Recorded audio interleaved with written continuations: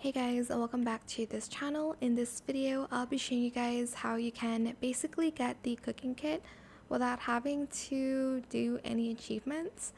It can be restocked in the cosmetics shop actually. I just knew about that.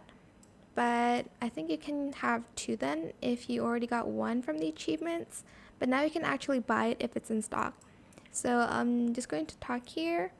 And then as you can see, the cooking kit is in stock. It costs 1 million shekels, but you can get it for free. As you can see, looking for more cooking kits, check out the garden guide achievements, which I already got. So yeah, I have two now. That is it for this video. I hope it was helpful for you guys. Don't forget to like, comment, share, and also subscribe to this channel if you haven't done that already. If you have any more questions about this video, just leave it in the comment section down below. I will try my best to answer them all for you guys. And if you found this video helpful, please click the thanks button as well. That is it. Thank you so much for watching. Bye.